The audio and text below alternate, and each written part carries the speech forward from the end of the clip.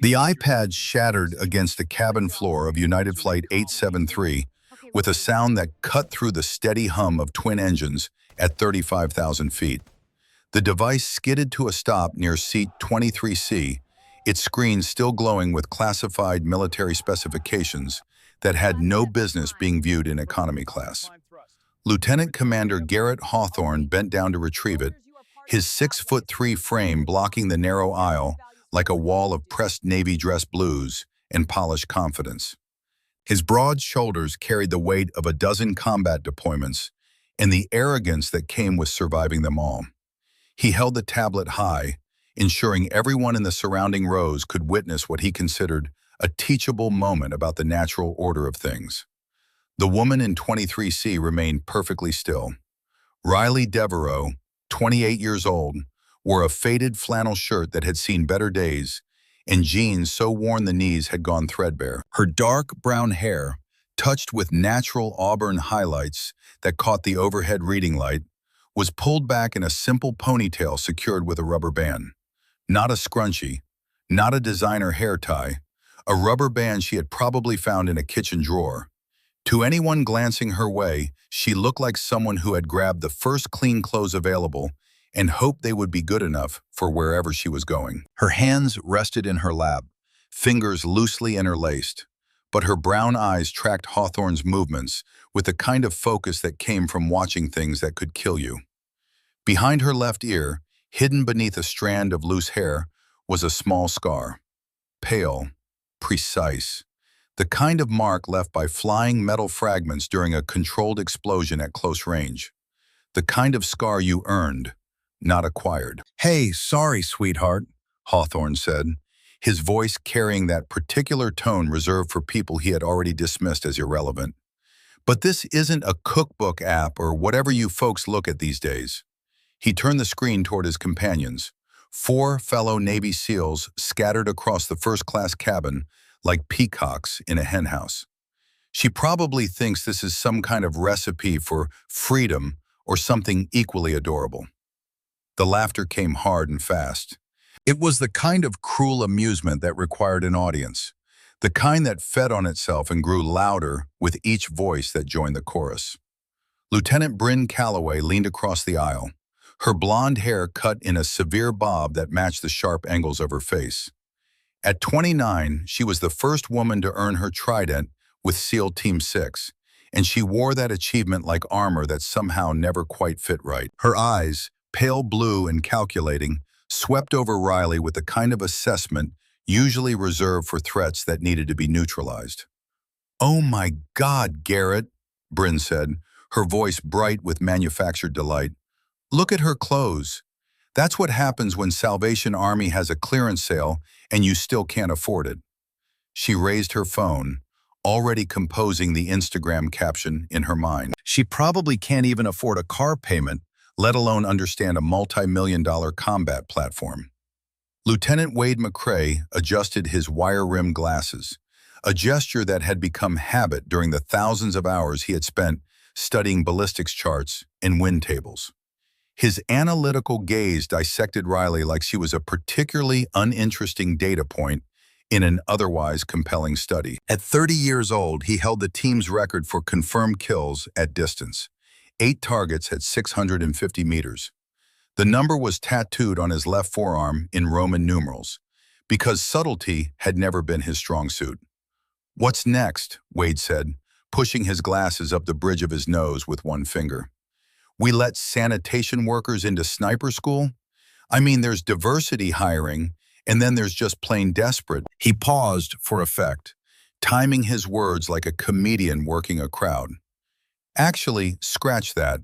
Sanitation workers probably have better hand-eye coordination than whatever this is." The words hung in the recycled cabin air like smoke from a fire nobody wanted to put out. Around them, other passengers shifted in their seats. Some looked away, suddenly very interested in their phones or the in-flight magazine they had been ignoring for the past hour. A few faces registered discomfort, that particular kind of second-hand embarrassment that came from watching cruelty unfold at close range. But nobody said anything. Nobody ever said anything. Riley's breathing remained measured. 4 counts in through the nose, 7 counts hold, 8 counts out through slightly parted lips. It was the same breathing pattern that had kept her conscious during a 9G turn over Kandahar, when the temperature inside her tactical vest hit 115 degrees, and her vision started to tunnel toward black.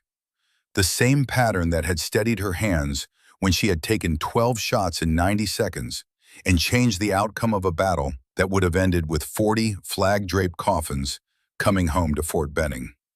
But to the Navy SEALs who surrounded her like sharks, circling something they had decided was already dead, she was just another nobody in economy class. Someone whose existence barely registered except as a target for their amusement.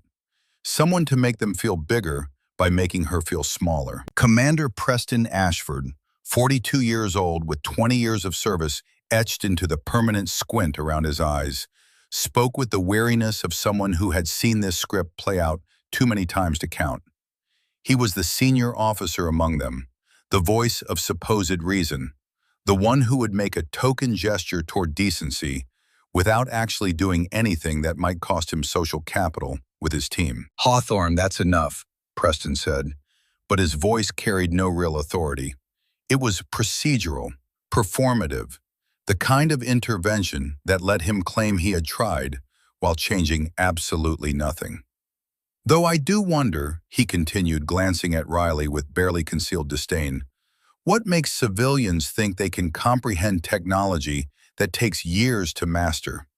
Some people should really stick to their appropriate stations in life." Riley adjusted her flannel shirt where Hawthorne's accidental coffee spill from 10 minutes earlier had left a spreading brown stain across her left shoulder. The liquid had been hot enough to sting, and the fabric now clung uncomfortably to her skin, cooling and sticky and smelling like overpriced airplane coffee cut with too much artificial sweetener. She pulled out a small spiral notebook from her backpack, the kind you could buy at any dollar store for 99 cents. The cover was bent, the corners worn soft from being shoved into pockets and bags. She opened it to a blank page and began sketching with quick, precise movements. To a casual observer, the marks would have looked like mindless doodles, geometric shapes, arrows, numbers scattered across the margins. The kind of thing someone might draw to keep their hands busy while their mind wandered somewhere else. But to someone who understood tactical flight patterns and approach vectors, she was drawing the exact sequence for a combat landing in a crosswind with one engine out and hostile fire coming from 11 o'clock. The calculations were perfect. The angles were exact. The kind of knowledge that came from doing something so many times that it stopped being conscious thought and became muscle memory written on paper. Bryn noticed and laughed, the sound bright and sharp like glass breaking. She raised her phone again, the camera already framing Riley in a shot that would make her look even smaller and more pathetic than she appeared in real life. "Look at her pretending to take notes," Bryn said, her thumb dancing across the screen with practiced efficiency. "This is perfect. When goodwill meets good intentions." She added a filter that washed out the colors and made everything look vaguely sad and desperate. "My followers are going to absolutely love this. #realitycheck. #know your place." Hawthorne dropped heavily into the empty seat across the aisle from Riley, his bulk making the already cramped economy section feel like a storage closet. He spread his legs wide in that particular masculine sprawl that claimed territory without asking permission, his knees nearly touching the seat in front of him. "So, honey," he said, leaning forward with his elbows on his thighs like they were having a friendly conversation, "what makes you think you can understand any of this? Did you watch a documentary on Netflix? Maybe read a Wikipedia article during your lunch break?" He paused, watching her face for any reaction. "Or wait, let me guess. You've got a boyfriend in the military, some enlisted guy at a recruiting station or something, and you're trying to impress him by pretending you know what warriors actually do." The assumptions stacked on top of each other like weights, each one designed to make her smaller, less significant, easier to dismiss. Riley looked up from her notebook, meeting his pale blue eyes with her steady brown ones. For just a fleeting moment, something passed across her face. Not hurt, not anger, something deeper and older. A memory of another time, another place, where underestimation had nearly cost 40 men their lives, and she had been the only thing standing between them and death in a desert that didn't care about anyone's assumptions. But she simply closed her notebook with deliberate care and slipped it into the seat pocket in front of her, right next to the safety information card that nobody ever read. Lieutenant Quinn Lennox, stocky and red-faced, with a kind of aggressive energy that came from always needing to prove something, leaned forward with mock concern. His phone was out too, recording everything, because nothing was real anymore unless it could be documented and shared and turned into content for people who weren't even here. "Let me help you understand something," Quinn said, his voice dripping with condescension that he probably thought sounded educational. "That display you were looking at? It shows the thrust-to-weight ratio of America's most advanced fighter aircraft. It's not something you learn from YouTube tutorials or community college courses." He paused, savoring his next words. "Assuming you even finished high school, which, let's be honest, is looking increasingly unlikely. The F-35 Lightning II has a thrust-to-weight ratio of 1.07 with full fuel load," Riley said quietly, her voice barely audible above the steady drone of the engines. 1.19 at 50% fuel varies significantly based on payload configuration and atmospheric conditions at altitude. The precision of her response created a moment of perfect silence, the kind of quiet that happened when something unexpected entered a room and everyone needed a second to process what they were witnessing. Wade's smirk faltered like a candle flame in a sudden draft, but it returned almost immediately, reinforced now with the defensive energy of someone who couldn't afford to be wrong. "Google University graduate," he said, his voice louder than necessary. "See, this is exactly what's wrong with the internet age. People memorize a few numbers and suddenly think they're experts." He leaned back in his seat, arms crossed, the posture of someone who had already made up his mind and wouldn't be confused by facts. "I bet you couldn't tell me what those ratios actually mean in real combat scenarios. What they feel like when you're pulling Gs and making life-or-death decisions at Mach 1.6. If you're already feeling your blood pressure rise, watching this young woman endure blatant classism and disrespect from people who should know better, do me a favor.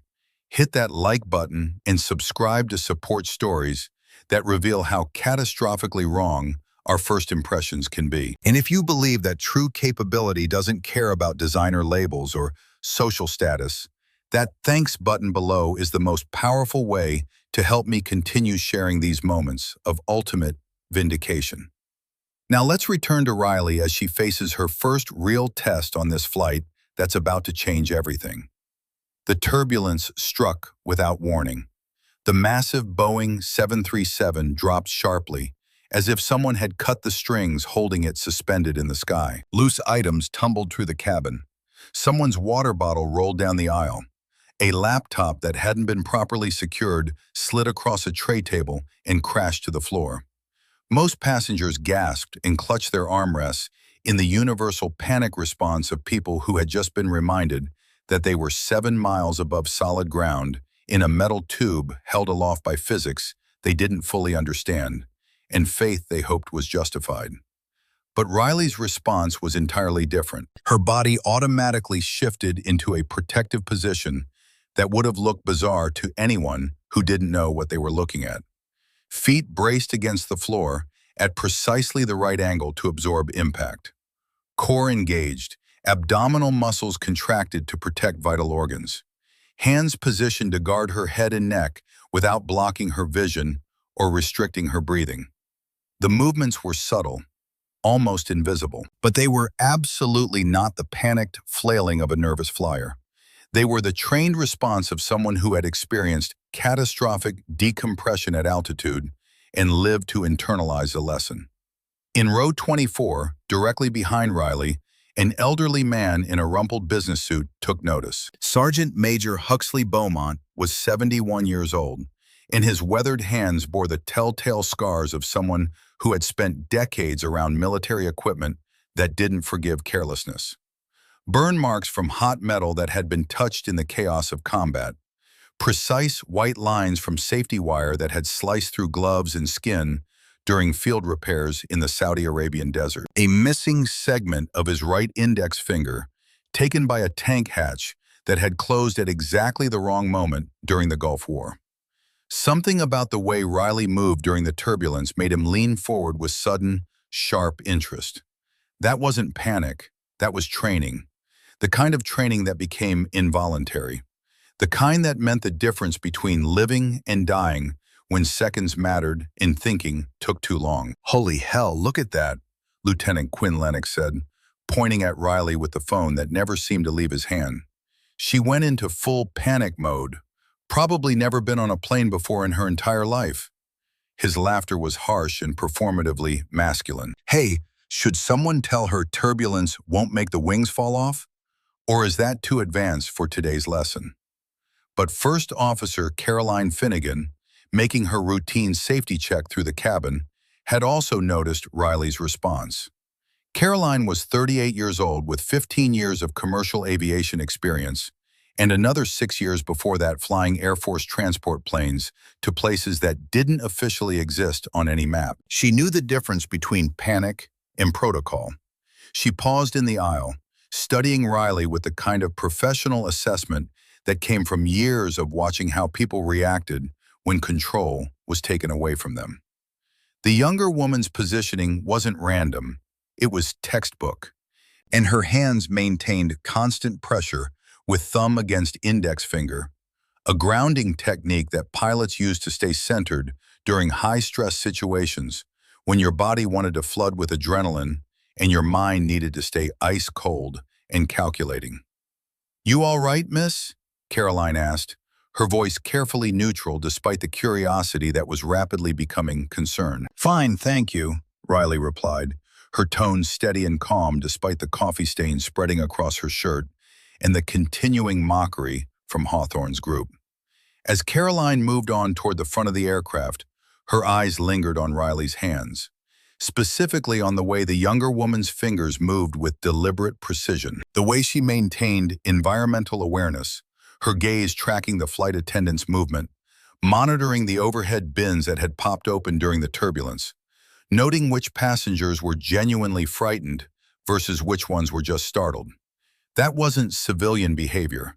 That was combat awareness, the kind that never really turned off, even when you wanted it to. Hawthorne wasn't finished with his performance. The turbulence had given him fresh ammunition, and he was the kind of person who couldn't resist using every weapon available. "See, this is exactly why civilians shouldn't try to understand military aviation," he announced to anyone within earshot, which at this point was most of the economy cabin.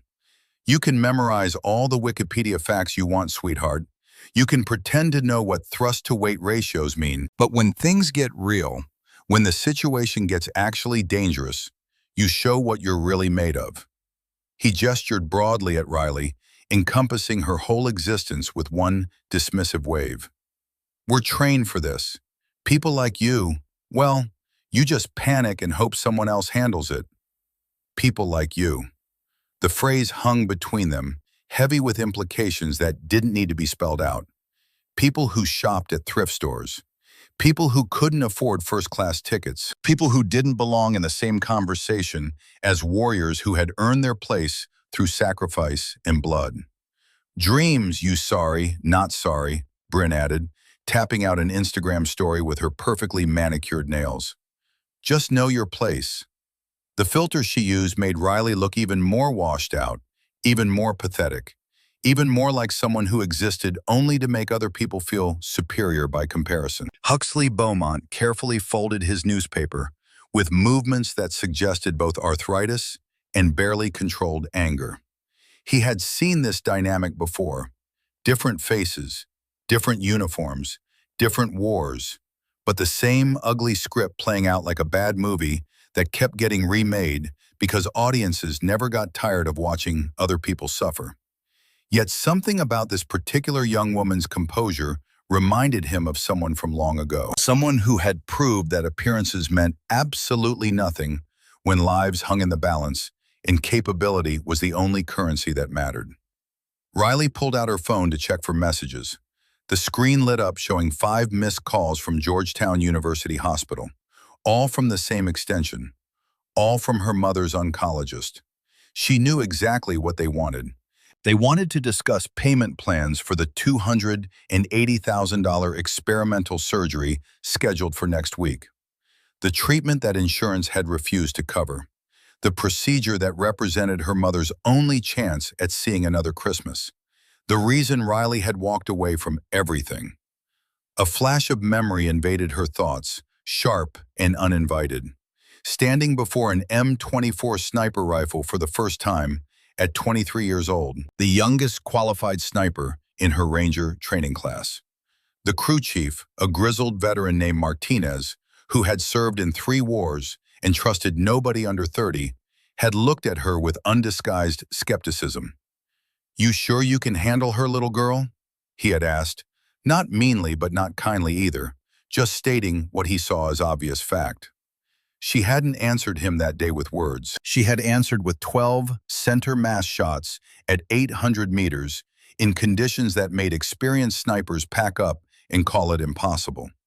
Heat shimmer at 110 degrees, wind gusts that changed direction every 30 seconds, sand in the air that got in your eyes and your throat and your ammunition. 12 shots, 12 kills, 90 seconds. 40 Rangers who got to go home to their families instead of coming home in boxes. But that was before the medal nomination that would never be finalized. Before the choice between career glory and family loyalty. Before her mother's diagnosis turned the entire world into a simple equation. Be there for the woman who had sacrificed everything, or chase recognition that meant nothing if the person who mattered most wasn't there to see it. "Earth to trailer park," Quinn's voice shattered her reverie like a hammer through glass. "You checking if your welfare check cleared? Don't worry, our tax dollars have you covered. We're basically paying for your vacation right now." The casual cruelty of his words made even some nearby passengers shift uncomfortably in their seats.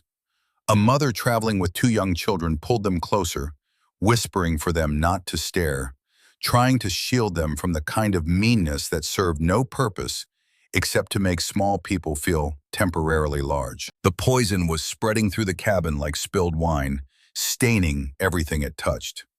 Wade pulled up something on his tablet, his expression radiating the kind of smug superiority that came from someone who had never been genuinely challenged and therefore assumed he never would be. "Since you're so interested in military aviation," he said, angling the screen so Riley couldn't see it but everyone else could, "let me test your Google skills. What's the maximum angle of attack for an F-16 Fighting Falcon in a sustained combat turn at 20,000 feet? And don't bother looking it up. I'll know if you're searching. I can see your hands from here." Riley's fingers stilled on her phone. She could recite not just the angle, but the exact conditions under which it changed.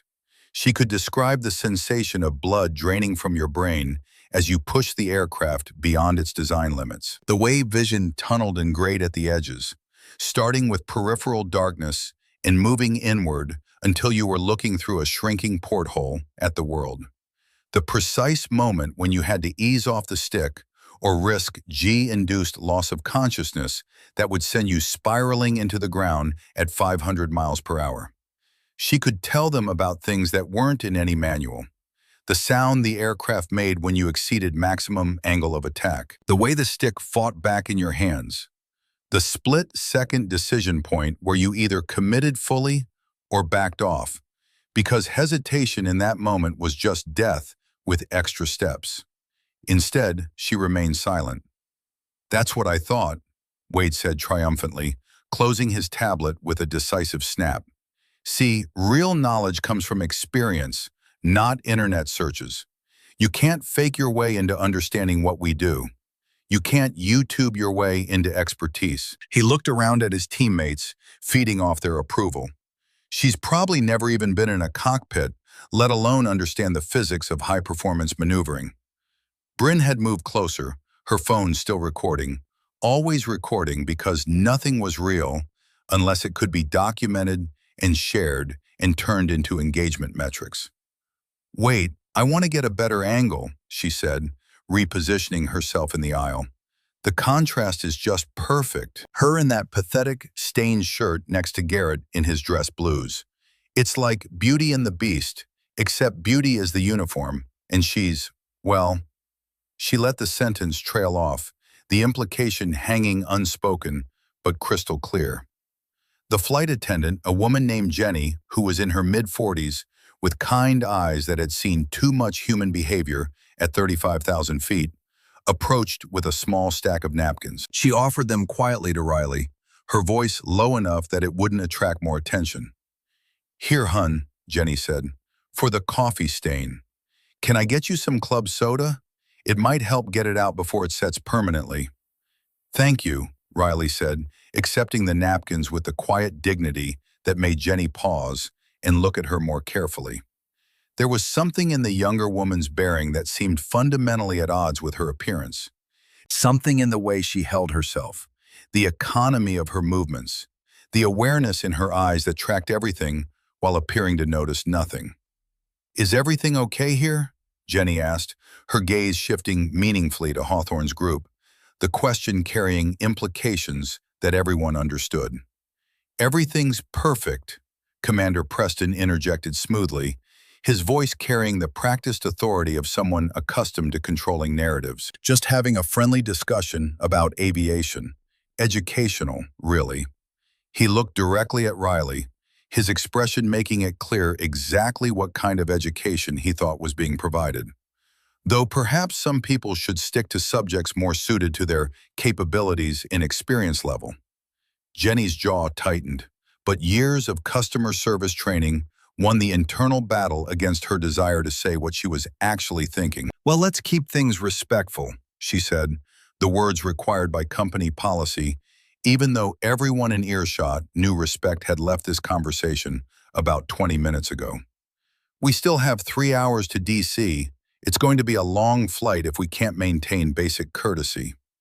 As she moved away to continue her duties, Hawthorne stage whispered, just loud enough for several rows to hear, "3 more hours of her pretending she belongs in the same airspace as us. Must be absolutely exhausting being that delusional.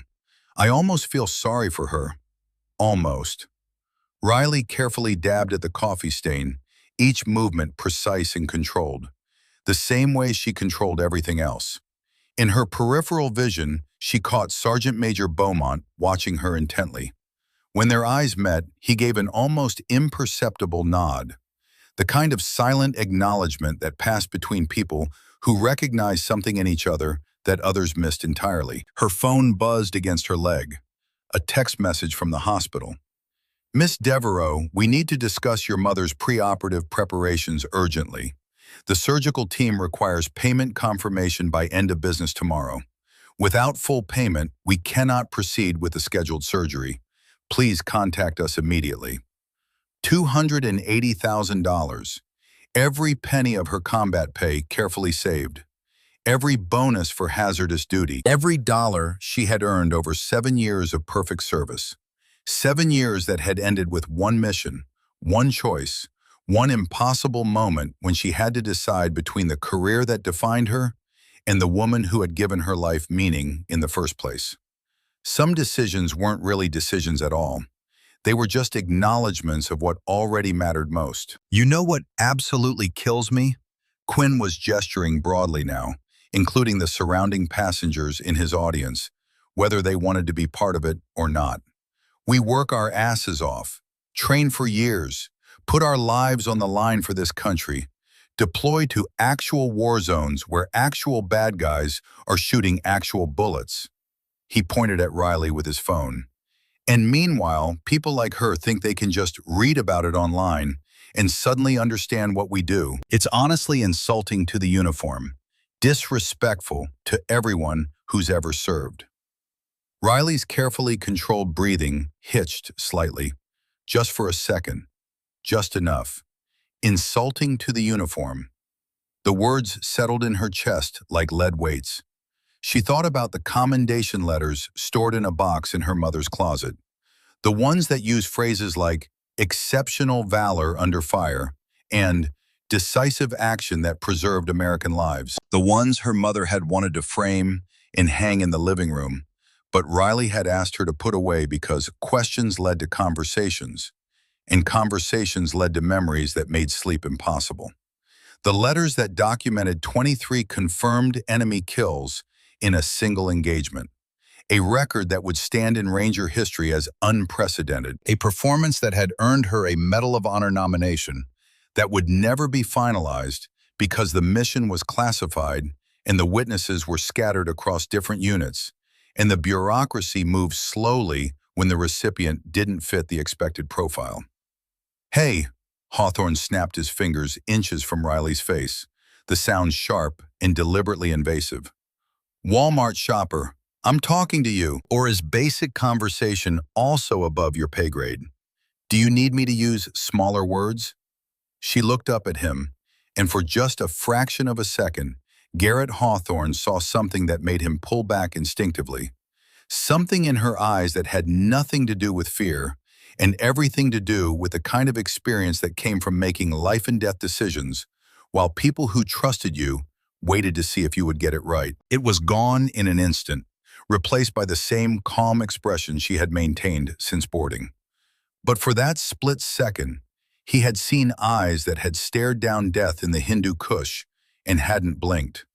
Eyes that had made calculations while insurgent rounds cracked past her position.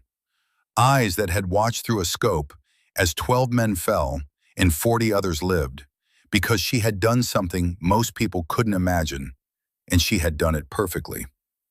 "I'm listening," Riley said quietly. "Good, then listen to this." He was cut off by a violent bout of turbulence that was fundamentally different from what had come before. The plane shook hard enough to pop several overhead compartments open, spilling bags and jackets into the aisle. Oxygen masks stayed stowed. They weren't at that altitude. But the violence of the movement silenced even the SEAL team momentarily. Riley's hands had moved to brace position before the first shake ended, but this time she whispered something under her breath, so quiet that only Beaumont behind her could hear. 15-degree pitch correction needed. Classic wind shear signature pattern. They're flying right into it. Wade, despite his mockery and his certainty of his own superiority, had caught her words. His analytical mind couldn't help but process what she had just said, even though accepting it as accurate would mean reconsidering everything he had assumed about her. "What did you just say?" he demanded. Riley met his gaze steadily. "Nothing important." But First Officer Caroline Finnegan, making another pass through the cabin with growing concern about the atmospheric conditions, had heard it too. And this time she stopped directly beside Riley's row, her professional curiosity now mixed with something that looked like dawning recognition. "Excuse me, miss," Caroline said, her voice low and carefully controlled. "I couldn't help but notice. You seem very familiar with aircraft behavior and atmospheric conditions, more familiar than most passengers." Riley met her gaze evenly, neither confirming nor denying. "I fly a lot." "Commercial?" Caroline asked, though her tone suggested she already knew the answer was more complicated than that. "Sometimes." Caroline's eyes narrowed slightly, her mind working through the puzzle pieces that weren't quite fitting together. The way this young woman held herself, the constant environmental awareness, the technical knowledge that had been too precise to be casual, the ability to diagnose wind shear before the pilots had announced it, the muscle memory responses that screamed military training to anyone who knew what to look for. "If you don't mind me asking," Caroline continued, "what takes you to D.C.? "Visiting family," Riley answered simply. "My mother's in the hospital there." "I'm sorry to hear that." The compassion in Caroline's voice was genuine, but her professional assessment continued beneath it. "Which hospital?" "Georgetown University Medical Center." Caroline nodded slowly. My sister works there. Oncology ward. They do amazing work. Difficult work. She paused meaningfully. Expensive work. Yes, Riley agreed. The single word carrying the weight of medical bills that could crush a person's entire financial future.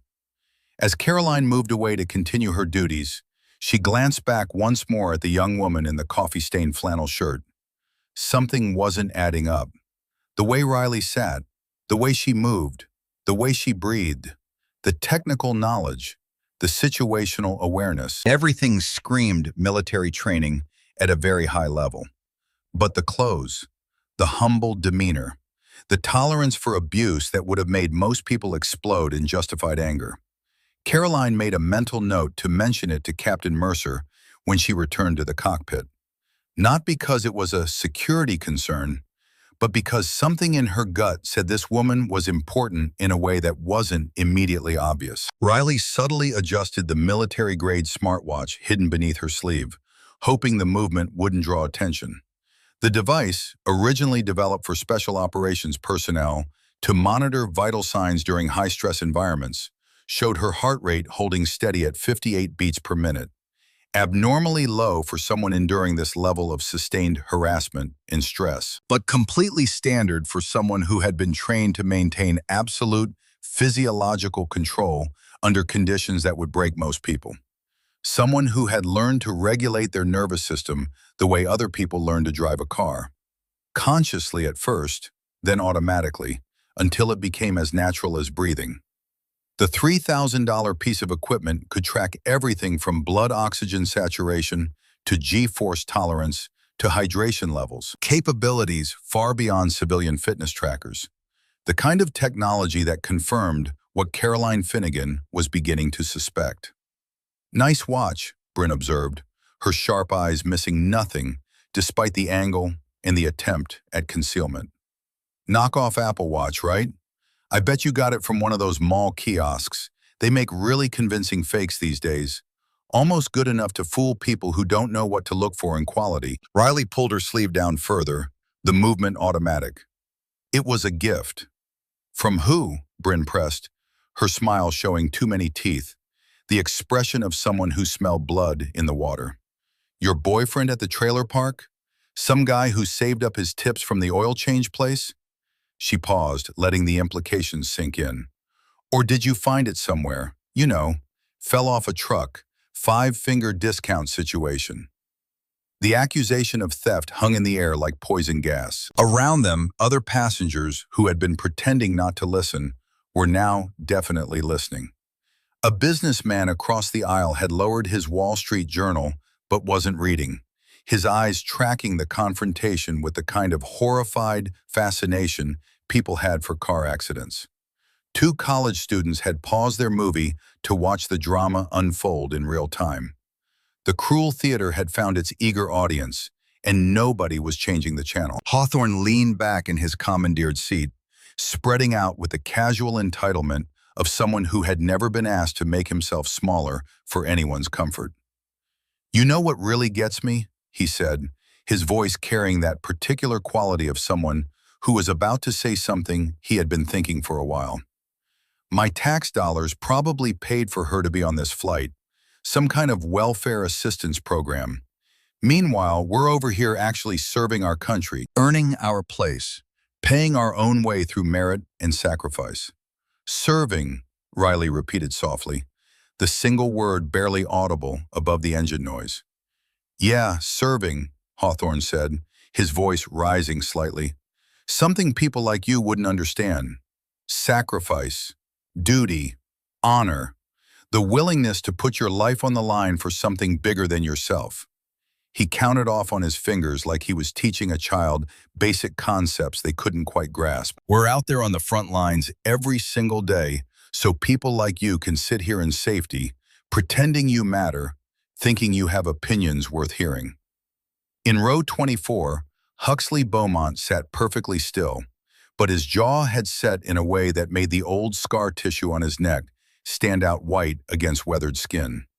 He had heard this speech before. Different wars, same arrogance weaponized against those who couldn't fight back, without proving every stereotype. The young woman's reaction intrigued him more than anything else. She absorbed each insult like body armor absorbing bullets, taking the impact, spreading the force, refusing to let it penetrate to anything vital. That wasn't the response of someone who had never been tested. That was the response of someone who had been through worse and survived by refusing to give attackers the satisfaction of visible damage. The turbulence hit again, harder this time, and Riley Devereaux prepared herself for what was coming. Because she could feel it in the way the aircraft was moving, could sense it in the changing pitch of the engines, could calculate it from the atmospheric pressure differential she had seen on her phone's military-grade weather application.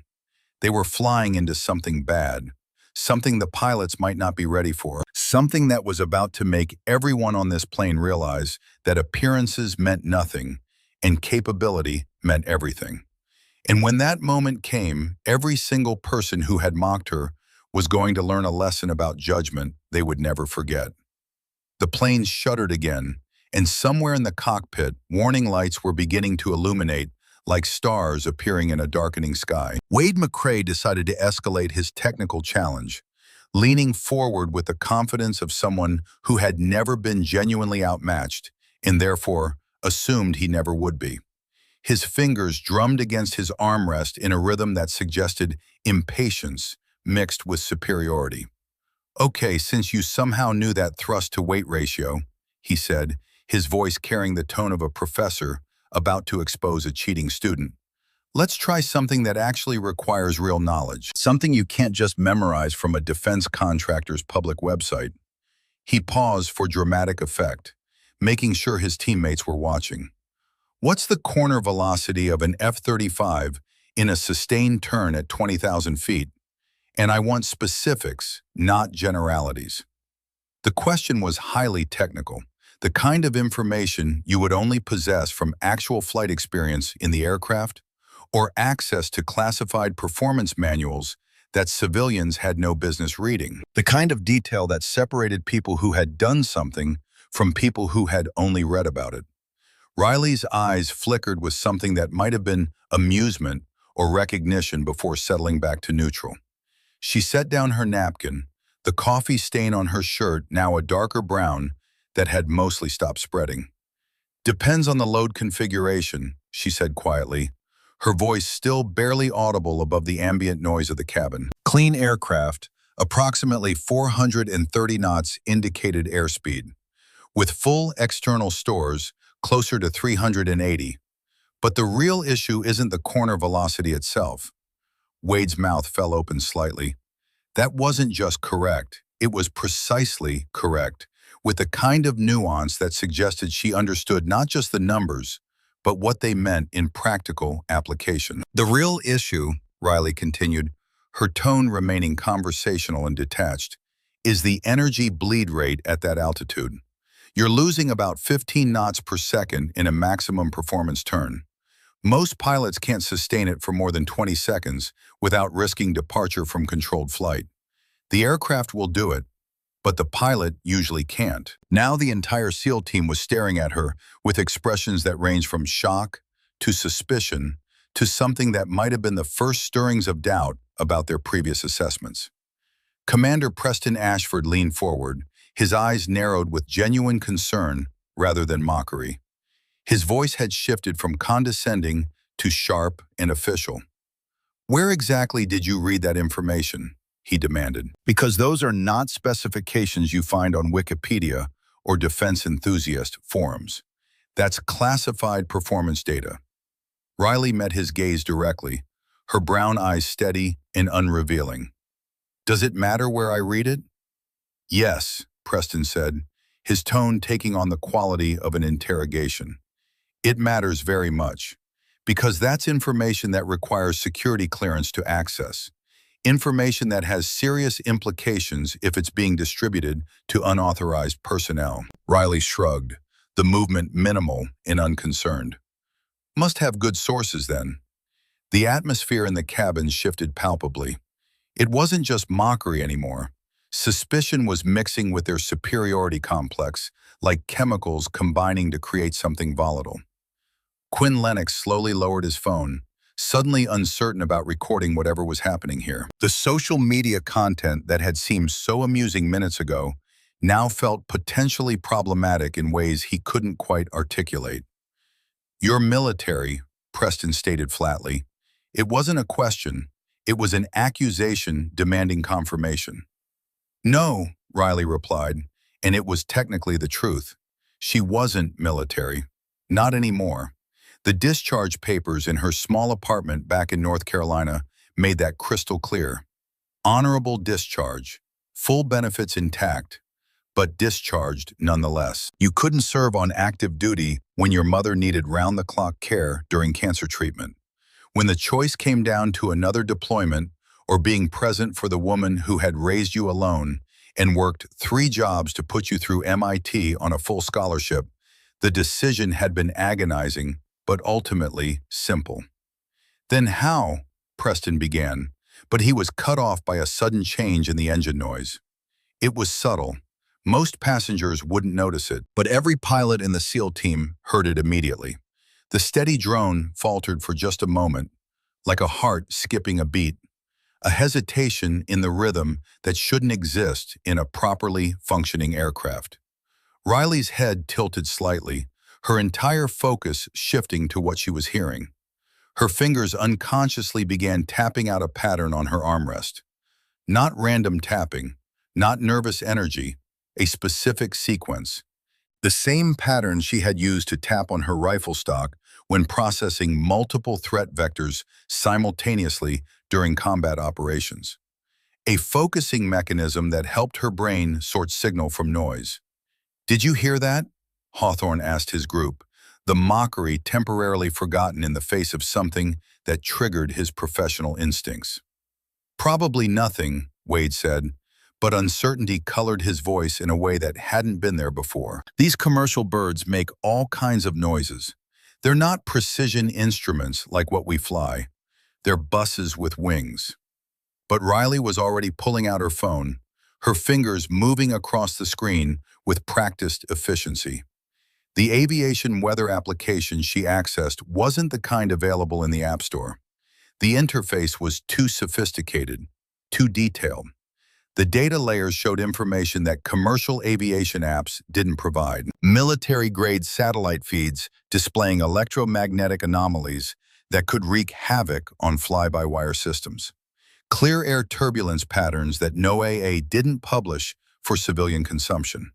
Atmospheric conditions that special operations needed to know about when planning missions in contested airspace. The screen showed something alarming. A massive electromagnetic storm was forming directly in their flight path, the kind of atmospheric phenomenon that could cause cascading failures in aircraft systems that relied on electronic control instead of mechanical linkage. "What are you looking at?" Quinn asked, leaning over to try to see her screen. "Candy Crush? Checking how much longer you have to pretend you belong on the same plane as people who actually matter?" Riley tilted the screen away, but not before he caught a glimpse of the complex display. His forehead creased in confusion. That definitely didn't look like any civilian application he had ever seen. The interface was too technical, too detailed, too much like the mission planning software he had seen in classified briefings. The plane shuddered again, longer this time, with a grinding quality that spoke of systems under stress, of mechanical components being pushed beyond their design tolerances, of something going wrong in a way that couldn't be easily corrected. Captain Dalton Mercer's voice came over the intercom, professionally calm, but with an underlying tension that made Riley sit up straighter. After 30,000 hours in the cockpit, Mercer had learned to control his voice, even when his hands wanted to shake. But people who knew how to listen could hear the stress beneath the practiced composure. "Ladies and gentlemen, this is Captain Mercer. We're experiencing some unusual atmospheric conditions and minor technical anomalies. Nothing to be concerned about at this time, but I'm going to ask the flight attendants to take their seats for a few minutes as a precautionary measure. Please ensure your seatbelts are securely fastened and your tray tables are in their upright and locked positions." The flight attendants moved with practiced efficiency, but Riley caught the look that passed between Jenny and Caroline Finnegan. It was the look of professionals who knew when the script they were following didn't quite match the reality of what was happening. The look of people who understood that nothing to be concerned about was sometimes code for, we don't want to cause panic while we figure out how serious this actually is. The SEAL team had gone quiet, their earlier bravado dampened by the captain's announcement and the continuing atmospheric disturbances. But as minutes passed without catastrophe, their confidence began creeping back like water seeping through cracks. "See, this is the difference between us and civilians," Hawthorne announced, his voice loud enough for surrounding passengers to hear. "We're trained to stay calm in situations like this. We've been in actual danger, real danger, not this commercial airline theater." He gestured vaguely at Riley. "Notice how our friend here is white-knuckling her armrest, probably terrified out of her mind but trying to act tough." Riley's hands were indeed on her armrest, but she wasn't gripping it in fear.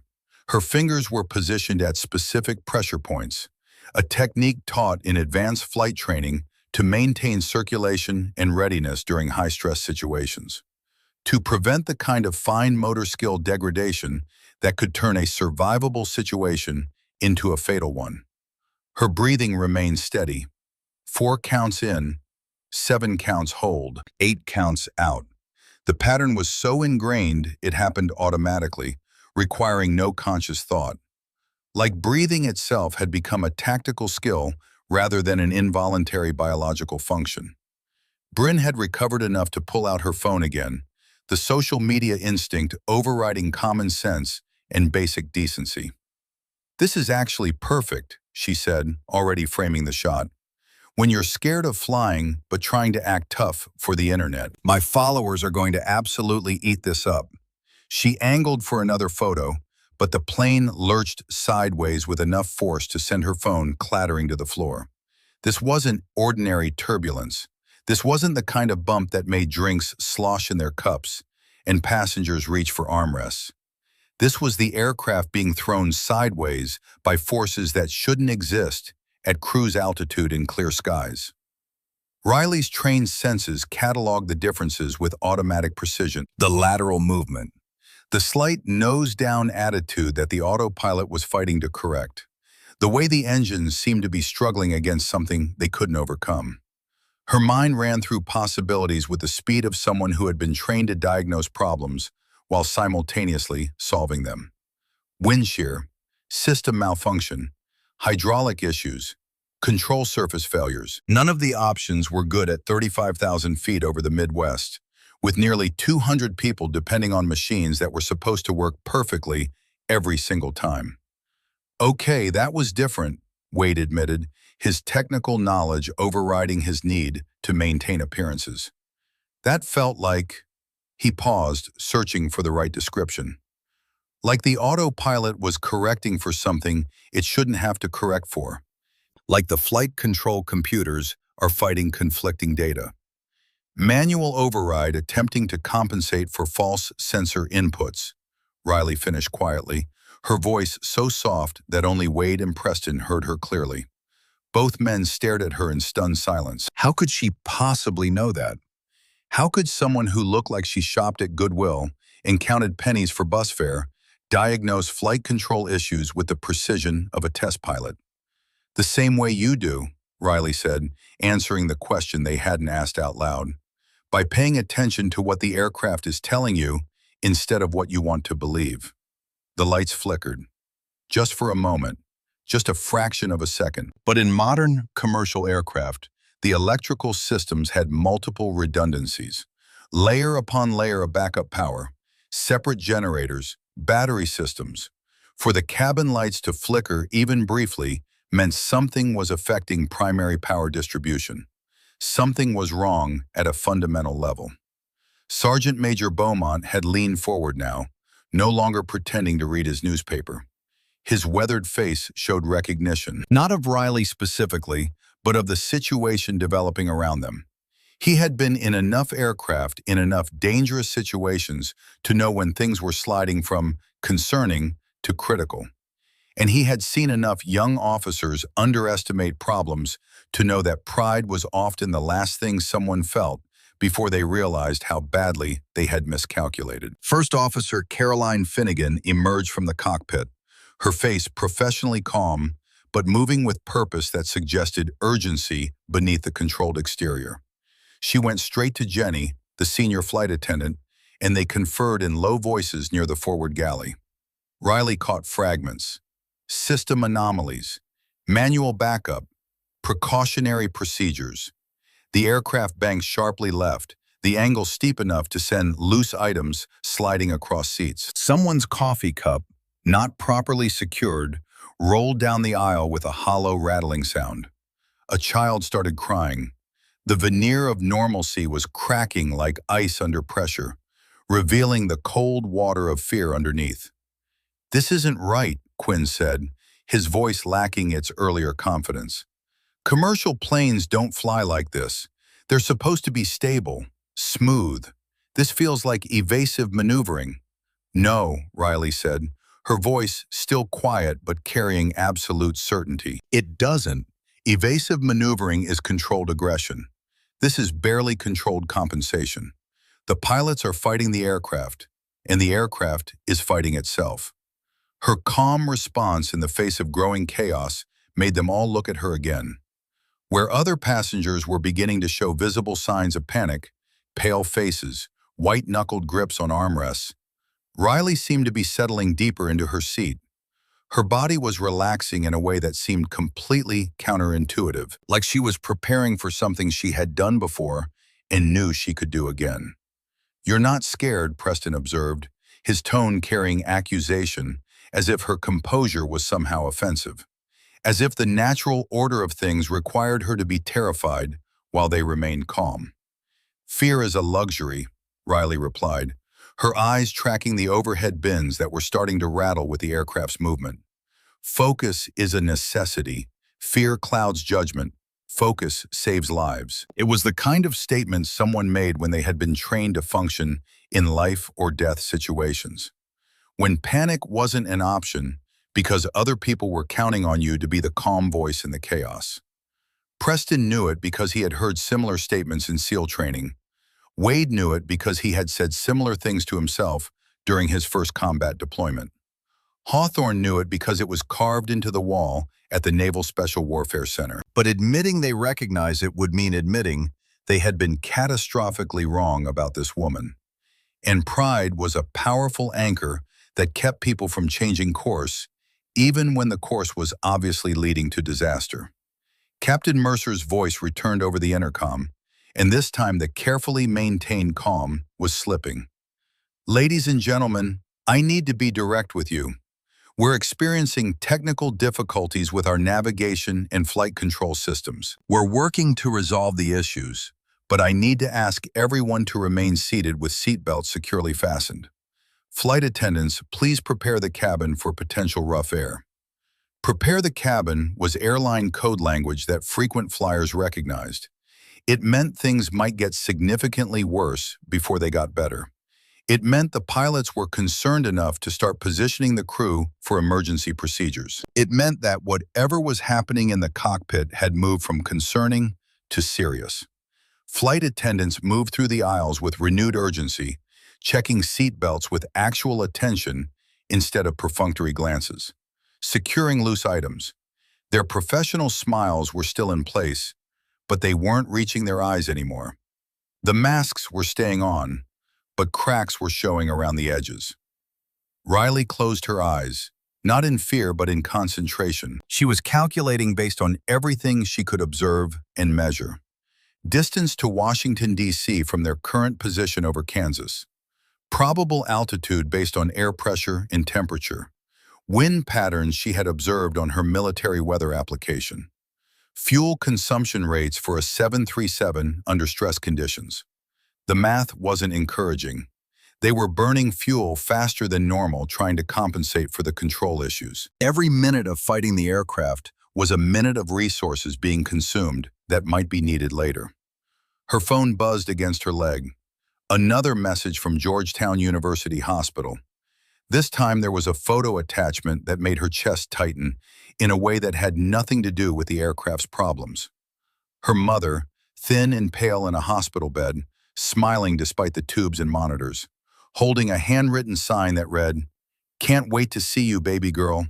You're my hero." The woman who had worked 3 jobs to put Riley through MIT, who had never missed a school event, a graduation, a promotion ceremony, a deployment send-off, who had developed stage 4 lung cancer from breathing chemical fumes at a textile factory for 20 years because that 3rd job paid enough to cover Riley's textbooks and lab fees, who had been diagnosed the same week Riley had been selected for a classified, deep reconnaissance mission that would have cemented her career trajectory and probably guaranteed her Medal of Honor. The choice hadn't been a choice at all. Some things mattered more than medals. Some people mattered more than recognition. Her mother had sacrificed everything so Riley could serve. When it was Riley's turn to choose, there had been no hesitation. "Look at her checking her phone like nothing's happening," Bryn said, but her voice lacked its earlier venom. Fear was beginning to equalize them all, stripping away the social hierarchies they had constructed and revealing the basic human vulnerability underneath. "She probably doesn't even understand how serious this is, probably thinks it's just normal turbulence." The plane dropped suddenly, not turbulence this time, a controlled descent that felt anything but controlled, the kind of altitude loss that made ears pop and stomachs lurch. Oxygen masks remained stowed because they weren't at that altitude yet, but the angle was steep enough to cause genuine alarm among passengers who had been trying to convince themselves everything was fine. Someone screamed. Several passengers began praying audibly. The child who had been crying earlier was now wailing in genuine terror. The social contract of air travel, the mutual agreement to pretend that flying 7 miles above the earth in a metal tube was perfectly normal and safe, was dissolving rapidly. The SEAL team had gone completely silent. Their faces showed varying degrees of pale concern. They were pilots, yes, but pilots of single-seat fighters that they controlled directly through stick and throttle. They were warriors accustomed to being in control of their own fate. This situation, being passengers in an aircraft with unknown problems and no ability to influence the outcome, was exposing a vulnerability they rarely had to confront. But Riley's hands had moved to position before anyone else reacted. Not panic position, brace position. The difference was subtle but significant. Panic was random. Brace was protocol. She had placed her hands exactly where they needed to be to protect her head and neck during a potential hard landing. Her body was positioned to absorb impact forces while maintaining the ability to assist others immediately after. It was muscle memory from training scenarios most people never experienced and hoped they never would. Beaumont was watching her with undisguised recognition now. He had seen this before. Different war, different aircraft, but the same fundamental truth. Some people panicked when things went wrong. Some people froze, and some people shifted immediately into action mode, their training overriding their fear and turning them into instruments of survival. "Did you see that?" Hawthorne said, pointing at Riley, his voice strained. "She knows exactly what to do. That's not panic. That's not civilian fear. That's training." The aircraft leveled off somewhat, but the grinding vibration continued. Something mechanical was joining the electrical problems. Metal against metal, in a way that suggested components working without proper hydraulic pressure. Working harder than they were designed to work. Wearing down with every passing second. "We need to do something," Wade said, his analytical mind trying to find a problem he could solve, even though he had no ability to solve this one. "If the fly-by-wire system is compromised, if the flight control computers are getting bad data, what exactly do you suggest?" Preston cut him off, his own fear making him sharp. "Walk up to the cockpit and offer to help? This isn't an F-18. This is a commercial airliner with 183 people on board. Different aircraft, different systems, different everything. 183 souls. The military terminology for lives under your protection. Lives you were responsible for bringing home safely. Riley noticed the shift in language immediately, the way crisis stripped away pretense and revealed core training. Preston might be afraid, but his instincts were still functioning. He was thinking in terms of responsibility rather than just personal survival. The descent continued. Riley's phone showed they were dropping through 28,000 feet based on the barometric pressure sensor in her military watch. At this rate of descent, they would need to find somewhere to land within the next 20 minutes. Her mind automatically mapped possible airports. Kansas City, Des Moines, Omaha, all of which required functioning navigation systems to find and functioning control systems to land at safely. Captain Mercer's voice returned, and this time there was no attempt to hide the urgency. Ladies and gentlemen, I'm not going to sugarcoat our situation. We have experienced multiple system failures affecting our navigation and flight control systems. We are descending to a safer altitude and working to identify a suitable airport for landing. I need everyone to remain calm and follow all crew instructions exactly. He paused, and when he spoke again, his voice carried a weight that made everyone in the cabin go absolutely silent. Additionally, this is highly unusual, but I need to ask, are there any military pilots on board? Specifically, anyone with experience in fly-by-wire systems or emergency aircraft operations? If so, please identify yourself to the cabin crew immediately. The words hung in the air like a grenade with the pin pulled. The captain of a commercial airliner was asking passengers for help. That didn't happen unless the situation in the cockpit was desperate enough that standard procedures had failed, and they were moving into territory where any expertise might make the difference between life and death. The blood drained from Hawthorne's face, from all their faces. They were military pilots, yes, but pilots of fighters designed for one person. Commercial aviation was a completely different world, with different systems, different procedures, different everything. The skills weren't transferable in the way that mattered right now. They could fly aircraft, but not this aircraft, not in this situation. Riley's hand moved toward the call button. It hovered there for a moment. 7 years of habit said to stay quiet, to remain invisible, to let other people handle it. 7 years of keeping her head down and her capabilities hidden, because calling attention to yourself meant questions, and questions meant conversations about things that were classified and painful and better left buried. But 183 souls said otherwise. She pressed the button. Jenny appeared almost instantly, moving fast despite the aircraft's unstable flight path. Her professional composure was cracking around the edges, revealing the fear underneath. "Yes, miss?" "The captain asked for military pilots," Riley said simply. "Oh, thank God," Jenny breathed, genuine relief flooding her features. "What's your experience level? What aircraft types?" Riley glanced at the SEAL team. All of them were staring at her with expressions that ranged from shock to disbelief to something that might have been the first stirrings of horror as they began to understand exactly how badly they had misjudged this situation. Then she looked back at Jenny and spoke words that would change everything.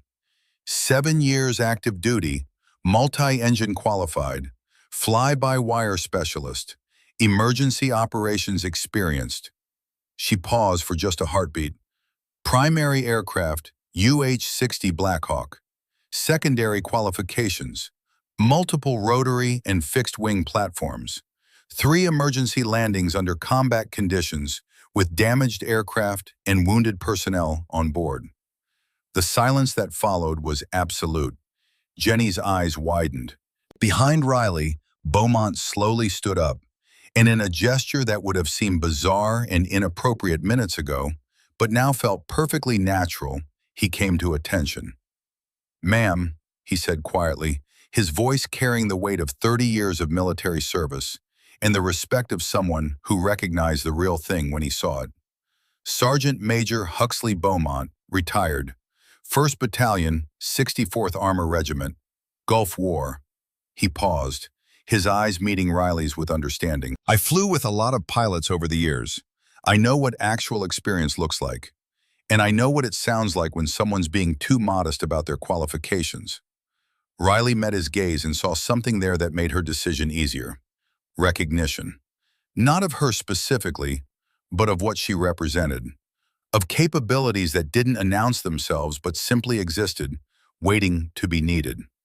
"Ma'am," Jenny said, her voice urgent now, "please come with me. The captain needs to speak with you immediately."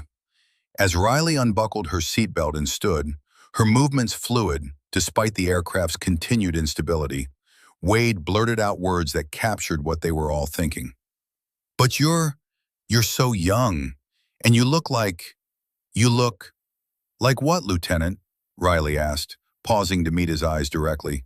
He couldn't finish the sentence, couldn't voice the prejudices that had seemed so reasonable and justified 20 minutes ago. Couldn't reconcile the person they had been mocking with the professional now standing before them, calm and competent, while everything around them fell apart.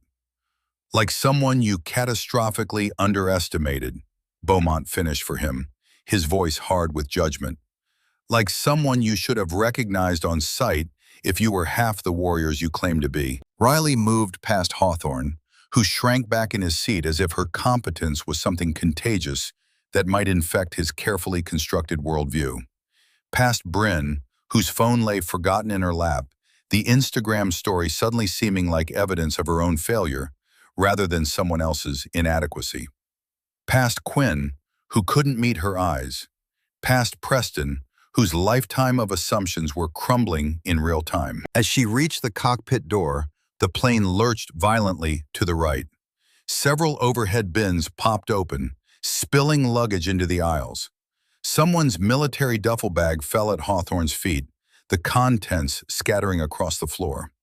Dog tags, unit patches, challenge coins from deployments and operations that suddenly seemed less impressive than they had an hour ago. One coin rolled across the carpet and stopped against Riley's worn sneaker. She bent down, picked it up, and read the inscription. "Aim high, fly, fight, win." She handed it back to Hawthorne, her expression neutral, but her eyes carrying a message he would remember for the rest of his life. "Hold on to that, Commander," she said quietly. "You might need the reminder about what those words actually mean." Then First Officer Caroline Finnegan opened the cockpit door, and Riley Devereaux stepped through to try and save every life on board. The cockpit door sealed behind Riley with a soft, pneumatic hiss that instantly muted the chaos of the passenger cabin. What greeted her was a different kind of chaos entirely. Organized panic, professional fear, the kind of controlled crisis that happened when highly trained people confronted a situation that exceeded their training and experience. Warning lights painted the cramped flight deck in angry reds and ambers, creating a constellation of problems that shouldn't exist simultaneously on a properly functioning aircraft. Alarms chimed in overlapping sequences, each one demanding immediate attention, creating an auditory assault that would have been overwhelming to anyone not trained to process multiple crisis inputs at the same time. Captain Dalton Mercer looked up from his battle with unresponsive controls, and Riley saw immediately what 30,000 hours of experience looked like when it confronted the limits of its own capability. His professional calm was fracturing around the edges. Sweat beaded on his forehead, despite the cool cockpit air. His hands gripped the control yoke with the kind of tension that spoke to muscles fighting against systems that weren't responding the way decades of muscle memory expected them to. "You're the military pilot," Mercer said, and it wasn't quite a question. His eyes were already scanning her, making assessments, looking for any sign that she might be the answer to a prayer he hadn't quite put into words yet. "Captain Riley Devereaux, formerly of the 75th Ranger Regiment," she confirmed, already moving to the jump seat behind the center console. Her eyes began scanning the instrument panels with the rapid, systematic assessment of someone who had been trained to make split-second decisions at speeds that didn't allow for hesitation. 7 years active duty, Primary aircraft UH-60 Black Hawk, but I've logged significant time on multiple platforms. Fly-by-wire systems specialist. Thank God, Mercer breathed, and the relief in his voice was palpable enough to touch. We've got cascading failures across multiple systems. Started with the flight management computer about 30 minutes ago. We thought it was isolated, but now we're losing hydraulics, and the fly-by-wire system is giving us contradictory inputs from different sensors. It's like trying to fly 3 different aircraft simultaneously, and they all disagree about which direction is up. Riley slipped into the jump seat, her mind already shifting into the analytical mode that had saved her life over Kandahar and 40 other lives that depended on her being perfect, when perfect was the only option that mattered. Her eyes moved across the displays with practiced speed. The primary flight display showed readings that were physically impossible. Altitude indicators disagreeing with each other by thousands of feet. Airspeed readings that couldn't all be accurate unless they had somehow entered an alternate dimension where physics worked differently. An artificial horizon that insisted they were in a 30-degree bank when the physical sensation of her inner ear said they were flying essentially level. Electromagnetic interference, she said, the diagnosis coming instantly from pattern recognition built over hundreds of hours studying atmospheric effects on aircraft systems. You flew through some kind of atmospheric anomaly. I saw it forming on my weather application about 15 minutes ago. Massive electromagnetic disturbance that would play havoc with any unshielded electronics. First Officer Caroline Finnegan turned in her seat, her hands still steady on controls that were becoming increasingly theoretical rather than functional. That's our working theory, she confirmed, and Riley heard the former Air Force pilot in her voice. The military bearing that civilian aviation hadn't completely erased. We hit something about 20 minutes back. Everything went sideways after that, literally. The aircraft yawed 15 degrees before we could correct, and it's been fighting us ever since. Riley's mind was already 3 steps ahead, running through procedures that most pilots never had to use because most pilots never found themselves in situations this far outside normal parameters. Show me your backup system status. Everything. Don't hide how bad it is. I need complete information to make this work. Mercer pulled up the system's display with shaking fingers, and Riley saw exactly how desperate their situation had become. Half the redundancies were offline or showing error codes that indicated sensor failures.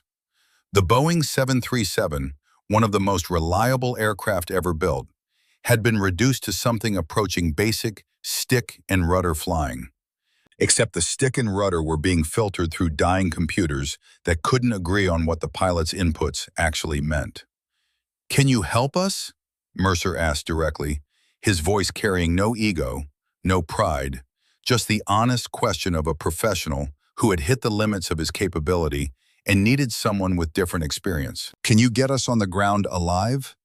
Riley studied the displays for another 10 seconds, her mind running calculations that combined her MIT aerospace engineering degree with her combat aviation experience, with her 3 previous emergency landings that had all ended with everyone walking away despite aircraft damage that should have killed them all.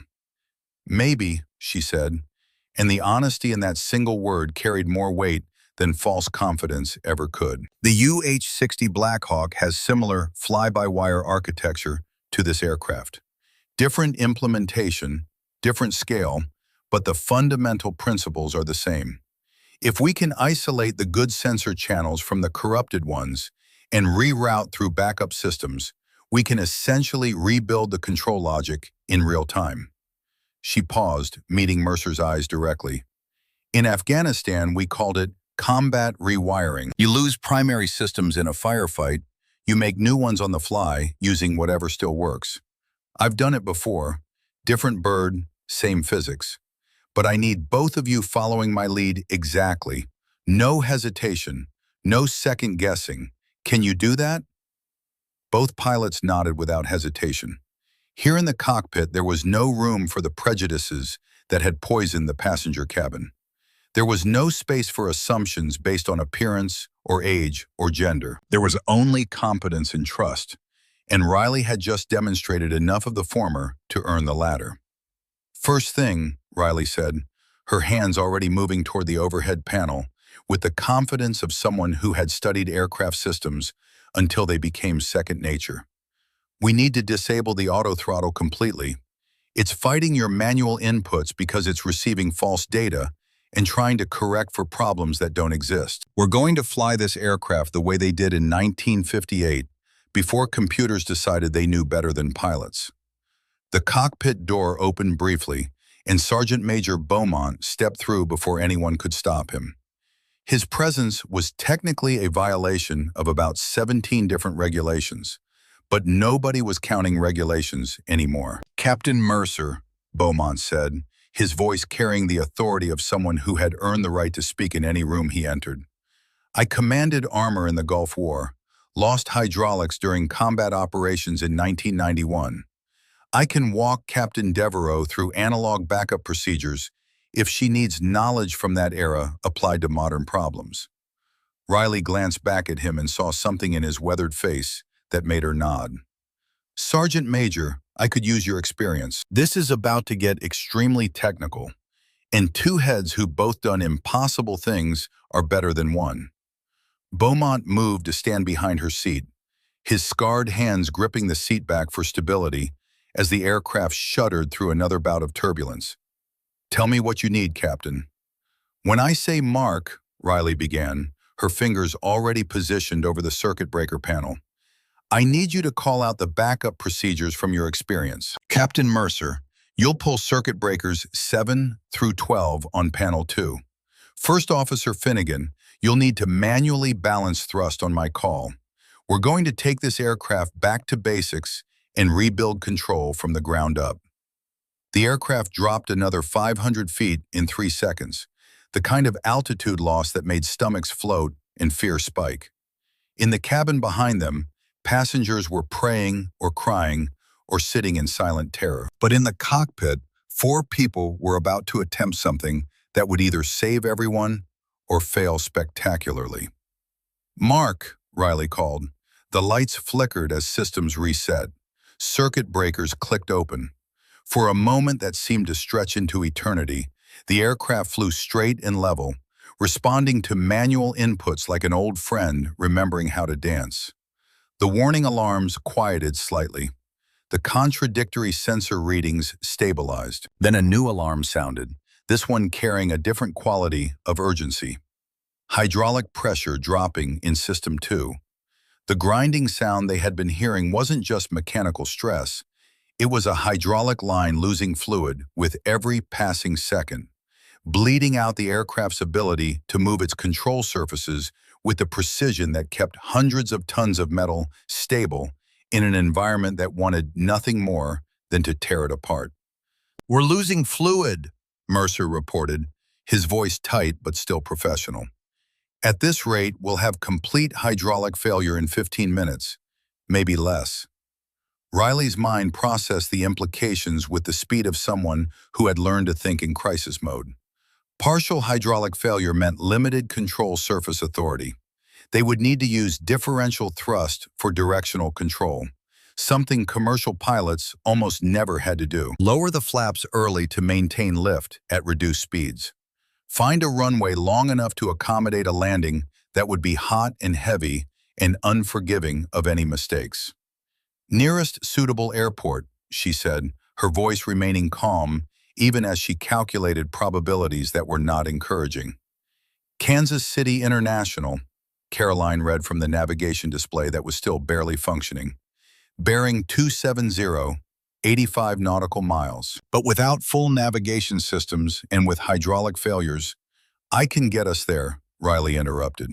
She pulled out her phone, opening the military aviation application that had caused so much mockery in the passenger cabin.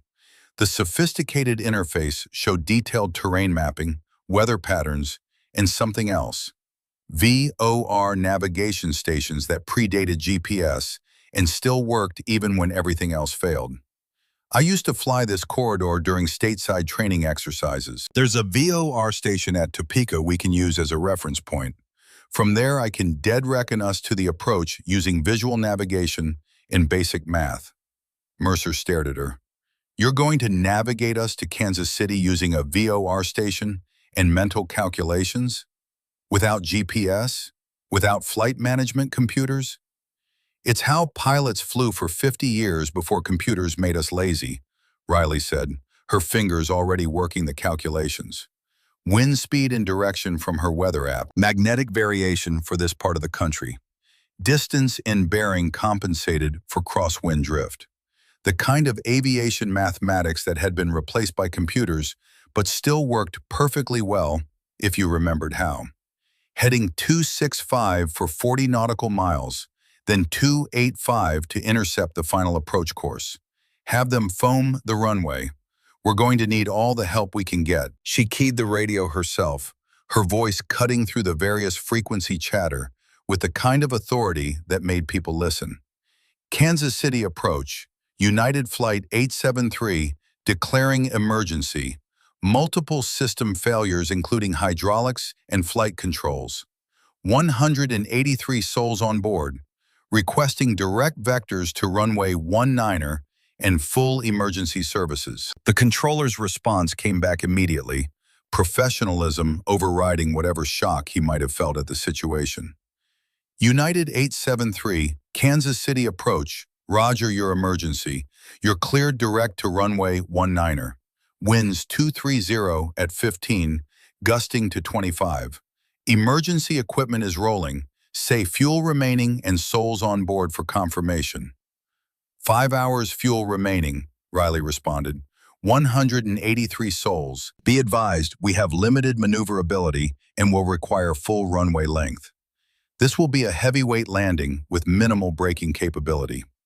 In the cabin, the SEAL team sat in stunned silence as they listened to Riley's voice coming through the overhead speakers. Clear, calm, professional, using terminology and procedures that proved beyond any doubt that she wasn't just someone who had memorized facts.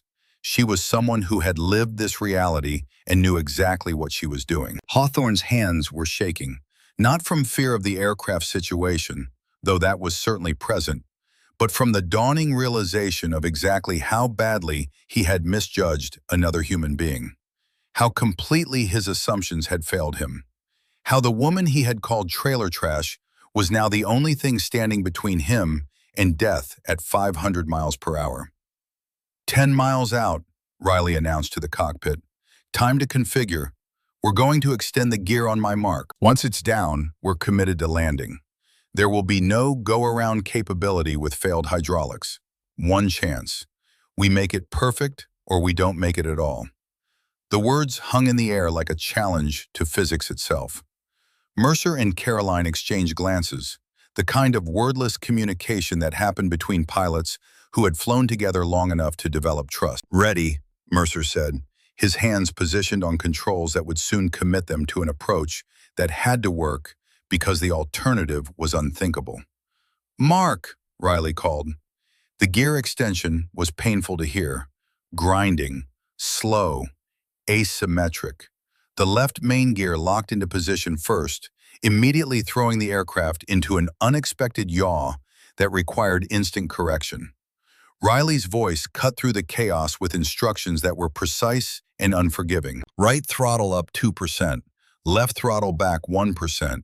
Captain Mercer, 2 degrees right stick pressure. Hold it exactly there. Don't fight the aircraft. Work with what it's giving you. Somehow, impossibly, 3 green lights illuminated on the panel. Gear down and locked. But the hydraulic quantity gauge read 0. Whatever control authority they had now was all they would have for landing. There would be no second chances, no corrections after touchdown. They would plant this aircraft on the runway and make it stay there through skill and prayer and differential braking that most commercial pilots never had to use in their entire careers. 5 miles, Caroline called out, her voice steady despite hands that wanted to shake. Beginning descent. Riley's hands were moving across her phone, calculating approach angles based on their degraded performance capabilities. Weight, speed, glide ratio with partial flaps and no hydraulic assist. The mathematics of controlled falling that separated landing from crashing. "We'll be 15 knots fast over the threshold," she announced. "Plant it in the first 1,000 feet of concrete and use maximum differential braking. The overrun area is our safety margin. Better to use it and be embarrassed than to come up short and be dead." In the cabin, passengers had stopped praying long enough to stare out windows at the ground rising to meet them. Kansas City International Airport was visible now, emergency vehicles already racing toward the runway with lights flashing. Fire trucks, ambulances, the machinery of disaster response moving into position for an outcome that was still uncertain. Beaumont's hands gripped the seat back tighter, his knuckles white but his voice steady. "Captain, in the Gulf War, we called this kind of landing a controlled crash. You're doing everything right. Trust your training. Trust the aircraft. It wants to fly. You just have to convince it to stop flying at exactly the right moment."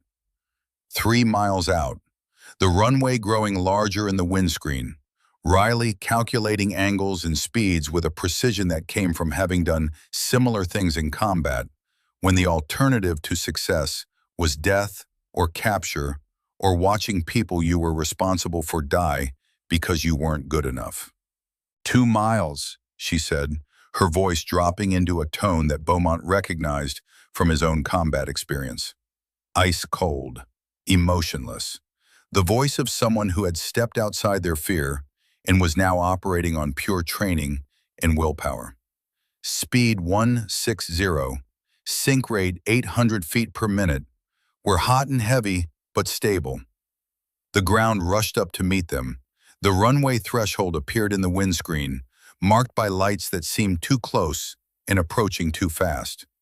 Riley's calculations had been perfect, but perfection in theory and perfection in execution were separated by the reality of damaged aircraft and degraded systems, and the simple fact that they were trying to do something that shouldn't work, but had to. 100 feet, Caroline called out. 50 feet. 40. Riley's voice cut through with absolute authority. "Captain Mercer, at main gear touchdown, idle thrust and ease back smoothly.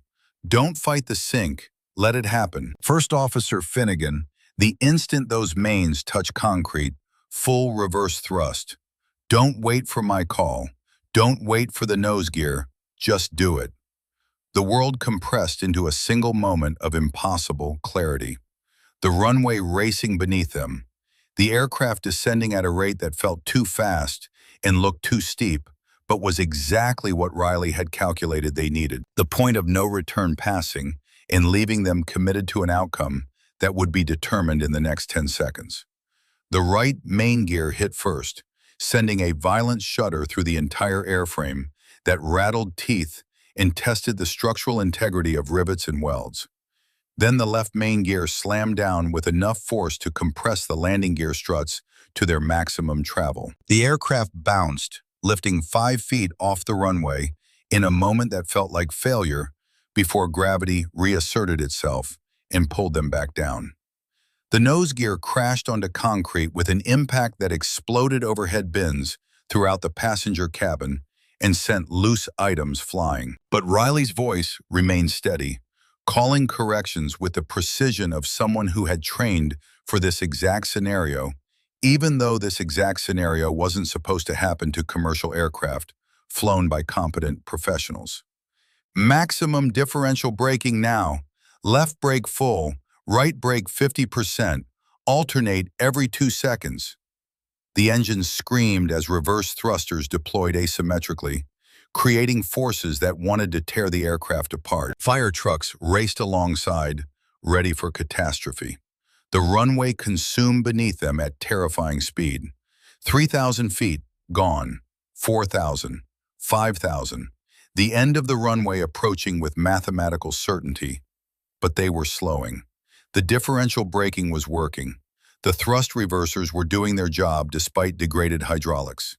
The physics that Riley had calculated were translating into reality. 6,000 feet consumed. 7,000. Their speed bleeding from 90 miles per hour to 70 to 50 to 30. They stopped with 1,500 feet of runway remaining. For a moment, there was perfect silence in the cockpit, the kind of silence that existed in the space between certain death and miraculous survival.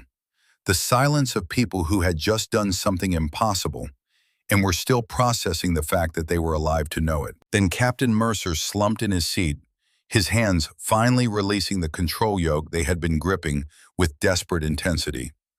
30,000 hours, he said, his voice barely above a whisper. 30,000 hours of flying, and I couldn't have done that.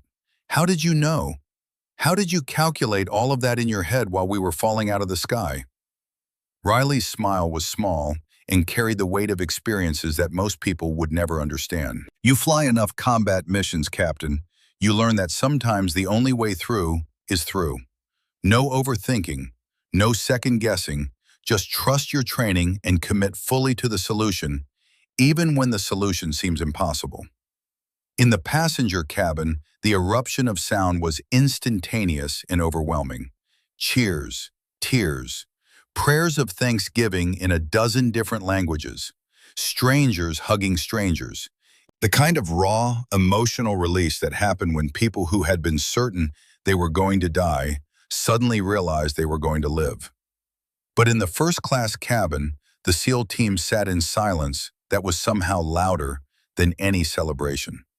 They had just watched someone they had mocked and dismissed and treated as less than human save their lives with skill they couldn't match and competence they hadn't recognized. Hawthorne's face was buried in his hands. Bryn was crying silently, her phone forgotten in her lap. Wade was staring at nothing, his analytical mind trying to process a reality that contradicted everything he had assumed.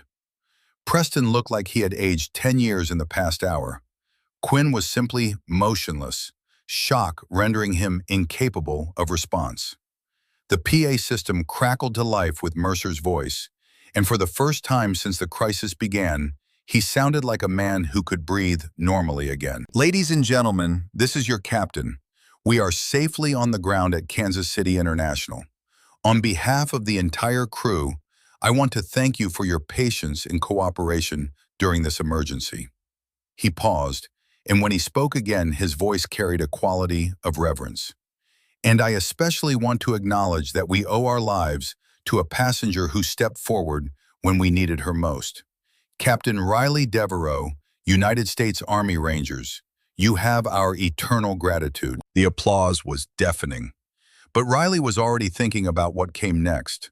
Ground transportation to continue to Washington, D.C., her mother's surgery, the hospital bills that would consume everything she had saved, the life that waited beyond this moment of clarity when her capabilities had been revealed and recognized. As the aircraft was towed to the gate by emergency vehicles that surrounded them like an honor guard, Jenny appeared at the cockpit door with tears streaming down her face.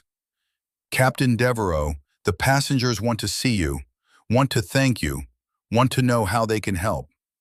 Riley nodded and followed her back into the cabin, where passengers were lining up to shake her hand or hug her or simply say thank you for doing something they couldn't have done and she had made look almost routine. But when she reached the first-class cabin, she found the SEAL team standing at attention despite the civilian setting and the irregularity of the gesture.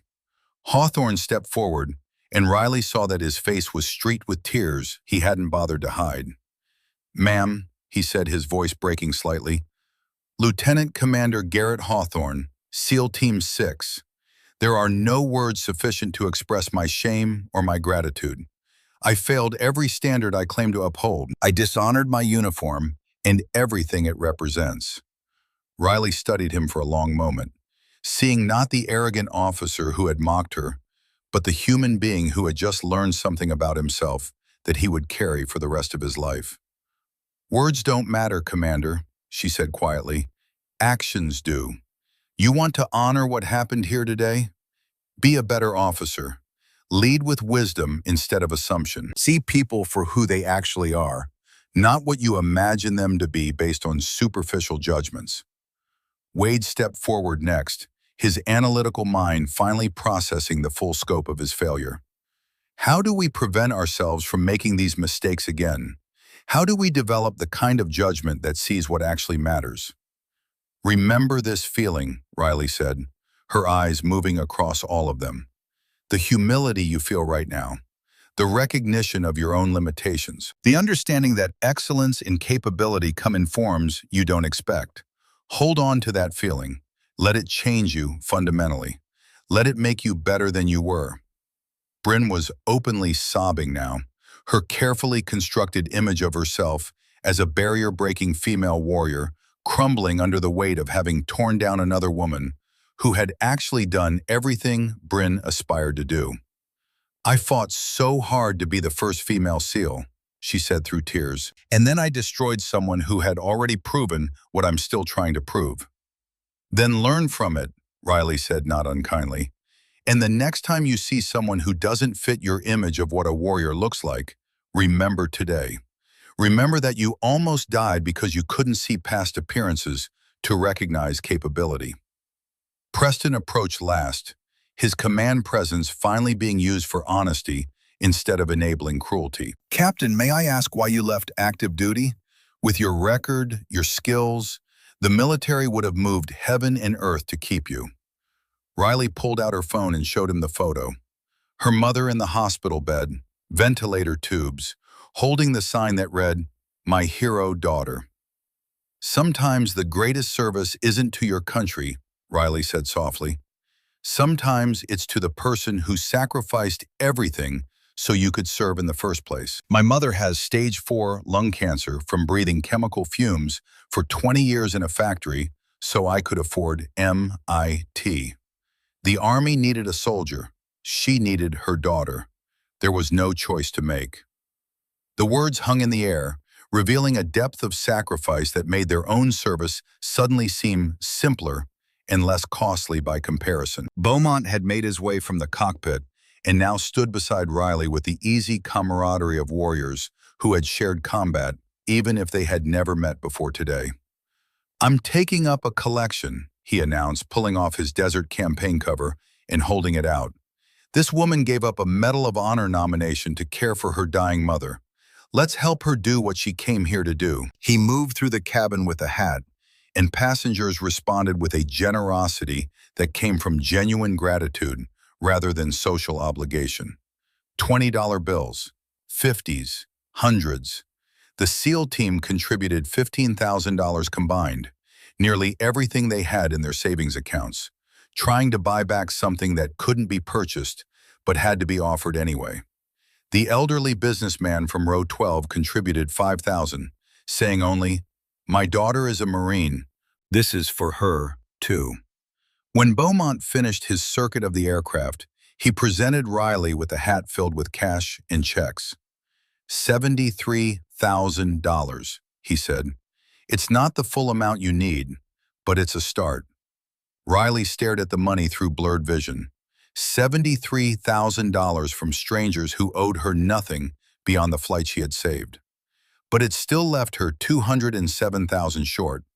The surgery would be canceled. Her mother would. Her phone rang. Unknown DC number. She almost ignored it, but something made her answer. "Hello? Captain Devereaux." The voice was male, elderly, carrying the weight of rank, even retired. "General Thaddeus Beaumont, United States Marine Corps.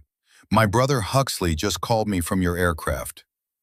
Riley's eyes found Beaumont across the cabin. He nodded once, his expression unreadable. "General, I don't understand." "In 1991, a 22-year-old supply sergeant saved my life in the Iraqi desert. Corporal Diana Ashworth. She ran into enemy fire to pull me from a burning vehicle. Killed 4 Republican Guard soldiers with a rifle she'd qualified on exactly once. Died 3 days later from her wounds." His voice thickened. "She never got the recognition she deserved because men like me stayed silent when we should have spoken." Riley's throat tightened, understanding beginning to dawn.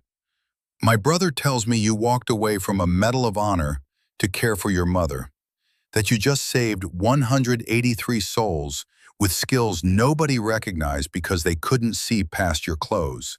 A pause. "Diana deserved better from us. You deserve better. Consider this a debt repaid 33 years late. Sir, I don't. Georgetown Medical has been contacted. Your mother's surgery is fully funded. $207,000. Anonymous donor. His voice carried steel. This isn't charity, Captain. It's honor. Accepting it honors Diana's memory and every invisible warrior who served without recognition. Riley's hand trembled. Thank you, sir. Thank you. No, Captain. Thank you for reminding us all what service actually looks like. The call ended. Riley stood there, surrounded by strangers who had become family, holding $73,000 she no longer needed for surgery, but would use to rebuild her mother's life after recovery. She looked at Beaumont, tears streaming freely now. Your brother paid a debt he's owed for 33 years, Beaumont said quietly. Diana Ashworth died saving 12 Marines, including my brother. She never got her medal because paperwork got lost, and witnesses scattered, and the bureaucracy moved slow for a female soldier who didn't fit their image. His voice hardened. Today, that changes. Today, someone stood up for a warrior when it mattered, the way I should have stood up for Diana. Riley didn't trust herself to speak. She simply hugged the old soldier, and in that embrace was the understanding that transcended words. The recognition that some battles were won, not with weapons, but with the courage to do what was right when it cost you something. The Boeing 737 sat silent at the gate, emergency lights still flashing around it like a halo. Inside, passengers gathered their belongings slowly, reluctant to leave the space where they had been reborn, where strangers had become family, where a woman in thrift store clothes had revealed that heroism didn't require recognition, only action when it mattered most. Riley walked down the jet bridge into Kansas City's terminal, Beaumont beside her. Behind them, Hawthorne's team stood at the aircraft door, hands raised in salute. Not the performative gesture of men seeking approval, but the genuine respect of warriors who had learned the hardest lesson of their lives. Captain, Hawthorne called out, his voice carrying none of its earlier arrogance. We'll be better, I promise you that. Riley turned back, meeting his eyes one last time. Don't promise me, Commander. Promise every person you meet from now on. Promise them you'll see them clearly before you judge them at all. Then she walked into the terminal, toward the next flight to Washington, toward her mother, toward a future that had been impossible 2 hours ago, but now waited with open arms. 2 days later, Riley sat in her mother's hospital room at Georgetown, holding a hand that was stronger than it had been in months. The surgery had worked. The experimental treatment was taking hold. Her mother's eyes, clear and bright despite the lingering exhaustion, held tears that wouldn't stop falling. My baby girl, her mother whispered, squeezing Riley's hand. They told me what you did, on that plane, how you saved all those people. Mom, and they told me what you gave up. For me, her mother's voice broke. The Medal of Honor, your career, everything you worked for. Riley smiled through her own tears. I didn't give up anything that mattered, Mama. I chose what mattered most. I chose you. Her mother pulled her close, and Riley breathed in the familiar scent of the woman who had sacrificed everything to give her daughter wings. You've always been my hero, her mother said, from the day you were born until right now. Nothing you do in uniform could ever make me prouder than the woman you are without it. Outside the window, Washington, D.C. stretched toward the horizon. Somewhere in that city, medals were being awarded, ceremonies were being held, warriors were being recognized for valor. But in this quiet hospital room, the only recognition that mattered was a mother's love for the daughter who had come home when it mattered most. 6 months later, Riley stood in front of a classroom at Fort Benning, Georgia. The students were Ranger candidates, men and women who had volunteered for the hardest training the Army offered. On the wall behind her was a photo of her mother, healthy and smiling at her graduation from cancer treatment. Next to it, a vintage colorized photo of Corporal Diana Ashworth in desert fatigues, her Medal of Valor citation displayed beneath. Guest lecturer Sergeant Major Huxley Beaumont stood beside the podium, his presence lending weight to the lesson they were about to teach. "Your most powerful weapon," Riley began, her voice carrying the authority of someone who had proven every word she spoke, "is not your rifle. It's not your physical strength. It's not even your tactical knowledge. Your most powerful weapon is your ability to remain human while executing inhuman tasks. To maintain your judgment when others lose theirs. To see clearly when fear and assumption cloud everyone else's vision." Beaumont stepped forward, adding his own hard-earned wisdom. "And never assess capability by appearance. Never judge competence by superficial characteristics. The most lethal warrior I ever witnessed wore thrift store clothes and saved 183 souls with nothing but aerospace engineering knowledge, combat experience, and the courage to step forward when everyone else stepped back." The class listened with the intensity of people who understood they were receiving knowledge that couldn't be found in any manual. That came only from experience, that had been paid for in sacrifice and proven in crisis. Riley's phone buzzed with a text message from Commander Garrett Hawthorne. "Ma'am, our squadron just got deployment orders. Before we go, I wanted you to know, everything changed that day. Every officer I've trained since then hears your story. Every brief I give includes the lesson you taught us. We're better because you showed us what we were missing. Thank you for saving our lives. And thank you for saving who we could become." Riley read the message and smiled. Some lessons couldn't be taught in classrooms. They had to be learned through fire and failure and the humbling recognition of your own blindness. But once learned, if you were wise enough to let them change you, they stayed forever. She looked at the photo of her mother on the wall, at Corporal Ashworth beside it, at the flag hanging in the corner of the room, at Beaumont standing ready to share wisdom earned in the crucible of combat. "We don't serve for glory," she said to her students, her voice carrying the weight of conviction earned through sacrifice. "We serve so others can live free, so mothers can watch their daughters succeed, so soldiers who came before us can finally receive the honor they deserved, so the people who come after us inherit a world slightly better than the one we found." She paused, making eye contact with each student. "That's the only medal that truly matters, the only recognition worth having, the knowledge that when it mattered most, when lives hung in the balance and fear whispered that you weren't enough, you stepped forward anyway. You did the impossible. You brought people home." Outside the classroom, the American flag moved in the Georgia breeze. Somewhere in Washington, D.C., a woman who had survived cancer was baking cookies for the daughter who had chosen her over glory. Somewhere over the Atlantic, a SEAL team was flying toward danger, with better judgment and humbler hearts, because one woman in coffee-stained flannel had shown them what they had failed to see.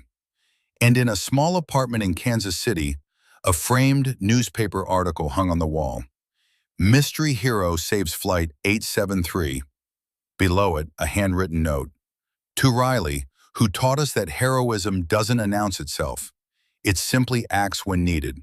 With gratitude and respect, the passengers and crew of UA 873. The ghost of Kandahar had stepped out of the shadows for one perfect moment, had revealed herself not for recognition or reward, but because 183 souls needed her, and that was reason enough. Then she had stepped back into the quiet life of service without witness, teaching the next generation, caring for her mother, living the truth that the greatest warriors were often the ones nobody recognized until the moment when recognition was the only thing standing between survival and catastrophe. And in that truth was a lesson that would echo through military academies and ready rooms and briefing chambers for decades to come. Never judge the warrior by their appearance. Judge them by their actions when everything is on the line and there's nowhere left to hide. Riley Devereaux had proven that lesson in the most definitive way possible, not with words, but with one perfect landing that saved everyone on board and changed everyone who witnessed it. The only kind of proof that ever really mattered.